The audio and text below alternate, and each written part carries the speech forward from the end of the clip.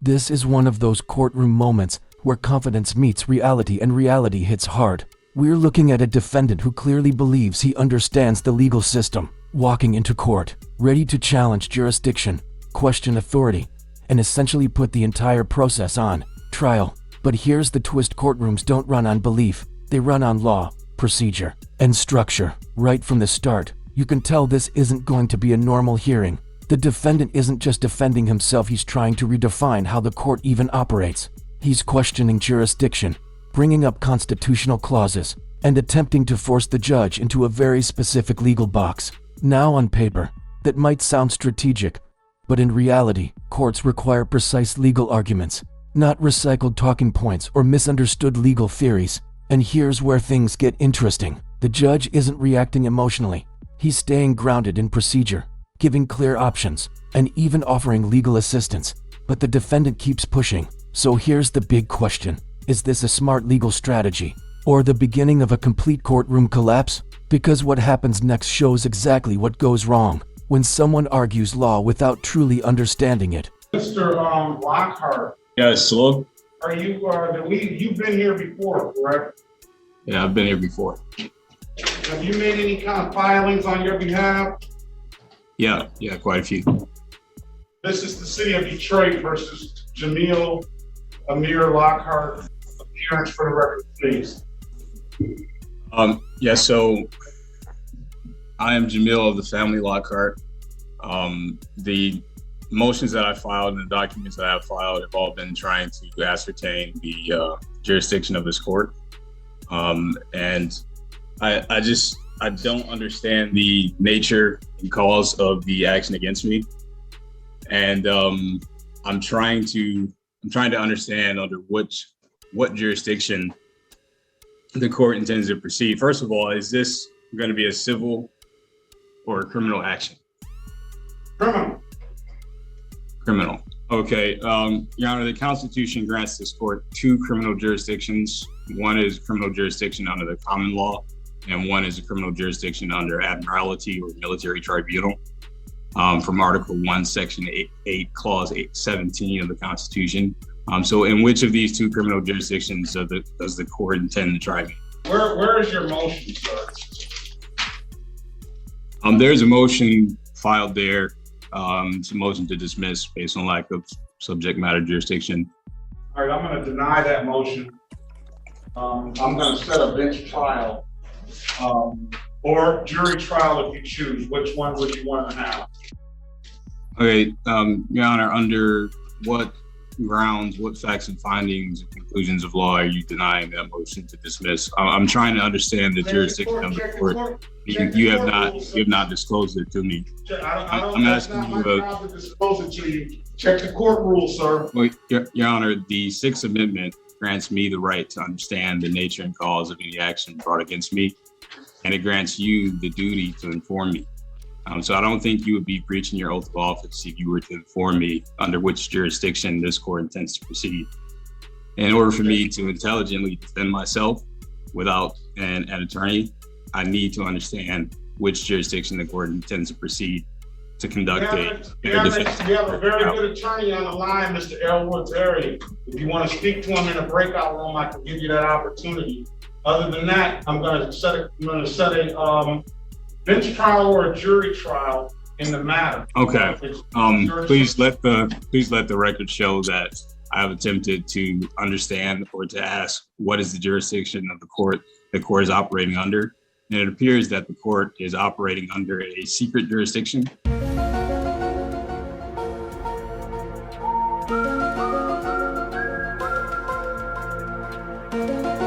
Maybe only known to bar members and licensed attorneys. So let the record show that I am trying to understand jurisdiction and nature of cause against me, and the court has denied me that information. I'm not denying you the information. The information is public information, sir. The information is outlined in the Michigan court rules. You need to read the Michigan court rules, and you can find out jurisdiction. It'll tell you everything about jurisdiction. That's entirely public information. You can go online and type in the court rules. The whole book is ascertainable to you online. Sir, the Sixth Amendment grants I'm you not required. I'm not required to inform me of the nature and cause of any action brought against me. And right now, you are denying that right. I'm going to tell you, sir, but don't speak over me. You want me to inform you of the nature and cause of the action. You're charged with driving, drive while license not valid or improper. The other charges, no insurance, misdemeanor. The allegation is that you were driving the same 2011 Jaguar in the city of Detroit without the proper registration on that vehicle. I understand the maximum possible. Don't interrupt me, sir. Okay, go ahead. I'm sorry. Those are the charges. Do you want a bench trial or a jury trial? Your Honor, I am trying to understand the jurisdiction of this court. As I said, you told me it was a criminal jurisdiction. If you read the Michigan court rules, the Michigan court rules will tell you and give you jurisdiction. So they have a copy of the Michigan court rules online or at the public library. I'm sure it is not as easily ascertainable, and we're not going to keep going down this road, young man. Do you want a bench trial? So I cannot. I'm asking you a very specific question, and it is this a criminal jurisdiction under common law, or is it a criminal jurisdiction under military tribunal? Listen, it's let's move on to the next person. Sir, please answer that. It can only be one or the other. You'll leave me no choice but to hold you in contempt. I'm asking you a specific question. Your Honor, I do not wish to be held in contempt. I am trying to exercise my Sixth Amendment right. I can show you Constitution is exercise of a constitutional right cannot be converted into a crime, sir. Sir, the way you speak to the court is via motion. Okay, if you have a motion that I've already denied one of your motions, if you have another motion, present it. Under what basis? Under what grounds have you denied my motions? It's not my job to explain to you all of the court rules, sir. Sir, there's only two jurisdictions which this court can operate under. You're going to be treated just like any other lawyer that comes in this courtroom. So you have to know the rules. Yeah, so I'm not trying to seek legal advice or ask you what the rules are. I'm asking you a very specific question. There can only be two jurisdictions under criminal law. And is it under common law or is it admiralty law? On the record for Mr. Jamil Lockhart.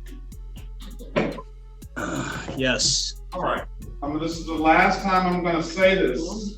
I'm not going to continue to go back and forth with you regarding court rules and all of those positions that you have. If you put it in a motion, we'll set a motion hearing date. If you are setting a motion hearing date, you are doing so without my understanding of the nature and cause of the action against me. Listen, I cannot move forward until I have these questions answered. These are basic questions that you are obligated under the Sixth Amendment. I'm not obligated to answer any of that stuff. I told you, I gave you the answer to that stuff by looking in the court rules. You're obligated to know the rules. Sir, what you mentioned is statutory law. And if we are proceeding under some kind of statutory law, I motion that we dismiss for lack of a sworn complaint or anything signed by injured party. And in fact, where is the injured party? Is the officer present, and who is the injured party in this case? The officer is not required to be present today. It is a pretrial date. I'll hold that dismissal motion in abeyance until the date of trial. If there's no signed complaint on the date of trial, then we will dismiss by no signed complaint. So I'll give the city an opportunity to come up with a signed complaint. I'm sorry, is the city the injured party here? Yeah, you're here. Okay, well, sir, I move that we either dismiss this case or move this case to federal court. If the city is the plaintiff or injured party, they cannot also be the judge and prosecutor. File a motion on that, sir. If you're saying that I do have a signed complaint one. Well, that brings me back to my original question. Is this a statutory proceeding? Because if there is, there would have to be an international contract or agreement. And I would implore the prosecution to put that agreement on the record and explain how I am party to it. Young man, you gotta go do your homework, okay? And it appears that you're taking this position and you're adamant about this position, and you're free to do that. Now, whether you're gonna win at this position, that's gonna be up to what you say in your brief, and how it relates to the law, and we'll make a decision on that stuff, okay? But at this point, you need to educate yourself, because you seem like a very articulate, educated young man. You need to educate yourself on court rules and procedure. Until you get it correct, we can't talk, because we have to be speaking the same language, okay? I mean, that's the main thing I'm trying to understand here, sir. Is this a common So law criminal procedure I'm giving you some direction on. Well, sir, I don't know which rules. If you could tell me where I could find the rules for I told you, go to Michigan court rules. They got Michigan court rules. They have rules for criminal procedure under statutory law. Yes, very much so. Could you please direct me to that? I've already directed you to it. Michigan court rules. There's a book that's over 1,000 pages. And it'll answer, well, close to 1,000 pages. It has those questions outlined in there. You're expected to know Are that. those Michigan court rules, is that statutory law? I'm not gonna keep going back and forth with you, sir. Whatever motions that you have, that's how you speak to the court, through motions. And whatever motions that you have, I will review it. I read all the motions that come across. I check all the law myself. And if you have some law, I would suggest that law that you're saying that we don't. Your Honor, there is no international contract. I mean, we've asked the prosecutor to produce an international contract that would bind me to this statutory proceeding. And I'm not aware of any contract. In the absence of such contract, I motion that we dismiss this case. And for the record, I would just in order to, you can move to the circuit court, and you can appeal my decision as it relates to that.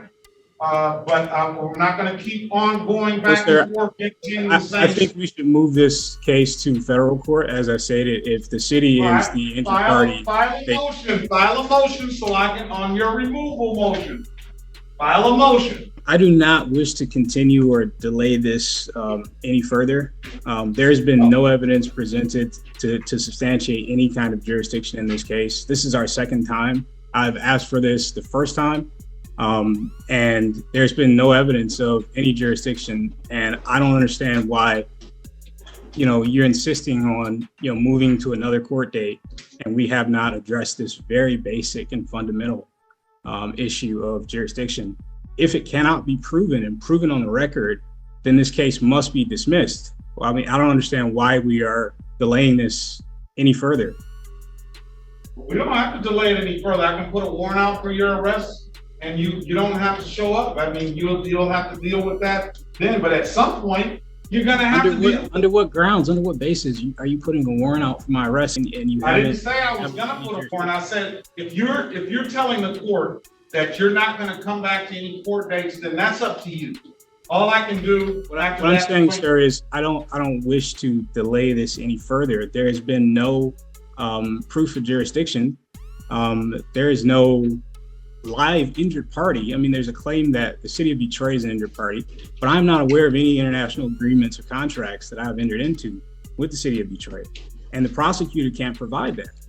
And it seems like there's a bias going on here, because flat on its face, the prosecutor hasn't even spoken on this issue. And you just insist that we move to another court date. And I don't understand. I mean, your oath of office is to uphold the Constitution. And what I'm asking is, what you're saying in essence is that I don't have any authority. I'm asking you to prove your authority. My I'm asking you authority to prove your my authority. authority I'm trying to comes understand from- where your authority is coming from. I And you're told failing you, to do so. read the Michigan court rules, read your statutes, read the Constitution over again, and you'll find that. As I said before, I'm not asking you for legal advice or where And to the go. Michigan Constitution. You have, if you have a legitimate jurisdiction, I'm asking you, is it a criminal jurisdiction under statutory law, or is it under the common law? All right, we're gonna give them a trial. And you will not answer that question. Your Honor, we cannot proceed until I understand the nature and cause of the action against me. I'm cannot set- I'm you cannot set gonna a- say this you're not- one last time to you, sir. Go, and if you want to speak to the court, if you have any objection to the court and these dates, and if you don't feel that these dates are lawful, and if you, whatever your claim is that you're stating, you speak to the court through motions. I want that, and those motions that you're entertaining on the record right now, I've dismissed some of them already. I want you to file those motions with the court. Under no basis So or that ground. the court can read your motion and make a ruling and give the city attorney an opportunity to respond. If you do it the proper way, you might learn something.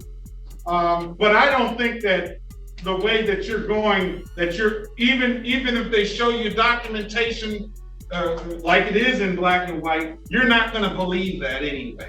That's the perception that I'm getting from you. So I'm gonna set these dates. It's gonna be up to you whether you wanna come to these court hearings or not. And if you don't come to the court hearings, the only recourse I have is to issue a warrant for failure to appear. Okay, so. Sir, I still have this same question that you keep failing to answer. And without that question being understood, and that's it. I'm done talking about it, okay? That's it. So I'm gonna set a let the record show that the judge has refused. Listen, sir, don't interrupt me again, okay? jurisdiction. Don't interrupt me again. Let's set a motion date for, I do not consent. please do not say anything else. Sir, I'm exercising my Sixth Amendment right. The Sixth Amendment, exercise of an amendment right cannot be converted into a crime, sir. I'm holding you in contempt of court, sir. As I stated before, I'm trying to understand the jurisdiction of the I'm not court gonna deal with you. You're going to jail. as pursuant to Let's pull out the contempt the Sixth paperwork, Amendment. whatever paperwork we need to do and fill it out. We're gonna fill it out this time. I'm holding your client. Well, Mr. Berry, you are, I guess, not representing this client because this client is probably, do you want the representation of a lawyer, sir, at this point now, sir? Because now you're looking at 30 days in the Wayne County Jail. Do you want the representation or not? Please let the record show that I have attempted to understand the jurisdiction of this court, and this court has refused me that answer. And apparently it is a jurisdiction only understood to bar members and licensed attorneys. This is a direct violation of the Constitution, and I do not consent. I do not agree. That's it.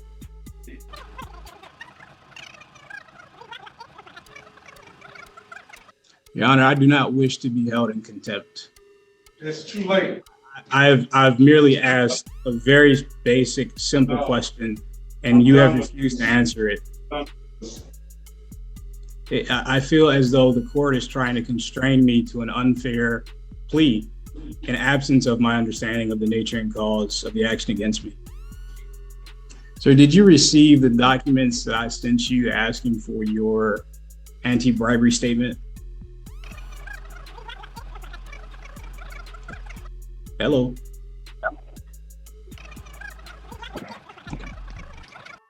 I'm going to order you to report to the Wayne County Jail today. I do not accept. I do not understand the nature and cause of the action against me.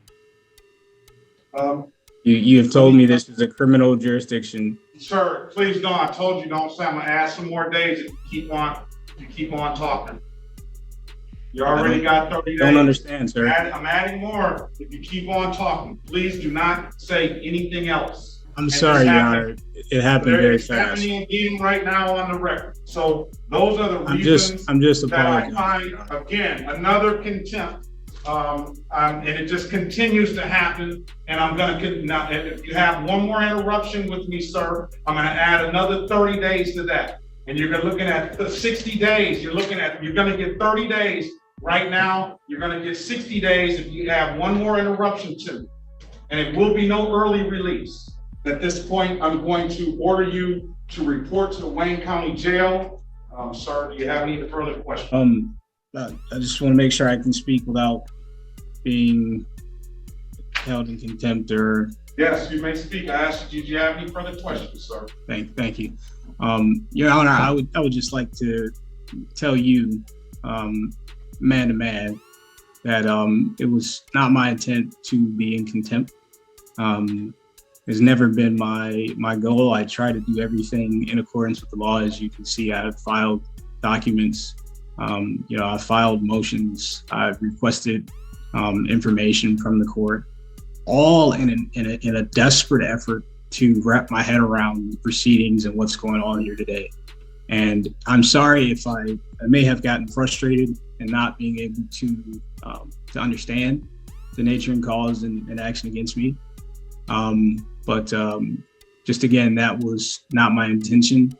I look forward to handling this as amicably as possible. I think that the record will show, I think that the prosecutor will agree that there is no international contract to which I'm tied under statutory jurisdiction.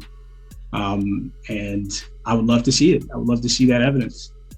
But also, we covered the fact that the city is the injured party or the plaintiff. And this would be an improper venue anyway. But I appreciate your advice on handling that and moving forward with motions. I will be doing that. But again, this thing of contempt, it's just, as one man to another, trying to understand and stand on my constitutional rights and exercising them. And I feel today, as what's happened is my pursuit in doing that has somehow been converted into crime against me, which is a tragedy in anyone's eyes, So I cannot consent to moving forward because I still do not understand the nature and cause against me. And I will be communicating in writing, and maybe, someone can give that to me in writing.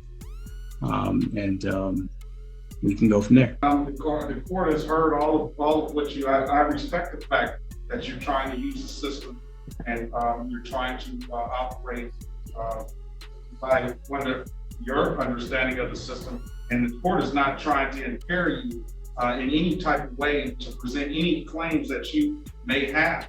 I continually referred you to the Michigan court rules, the Michigan Constitution, the United States Constitution. You want to find jurisdiction, you want to challenge jurisdiction, and I told you, if you want to challenge that, you're free to do that. The court is never going to impair anybody to challenge any of the allegations that are held that are brought against them. But there is a procedure, and whether you want to, you got to play by the rules, sir. And whether you accept the rules or not, that's not going to change the rules and the stuff that has been codified and the stuff that has been litigated and argued for over 2 centuries. The rules are not going to change for your position. Now, I asked you to continue, not say anything. I tried. I don't know what position you're really taking or where you're getting all this stuff from. And I asked you to put that stuff in motion. But when I asked you to please be quiet, please, I give you ample time to speak. I have not impaired your ability to put what's on the record, but you continually say the same thing over and over. And then when I ask you to please be quiet, and when I tell you that I'm gonna hold you in contempt, if you're not quiet and you continually go over and over and disobey what the court is trying to say, then I have left with no other option to do what I've already done.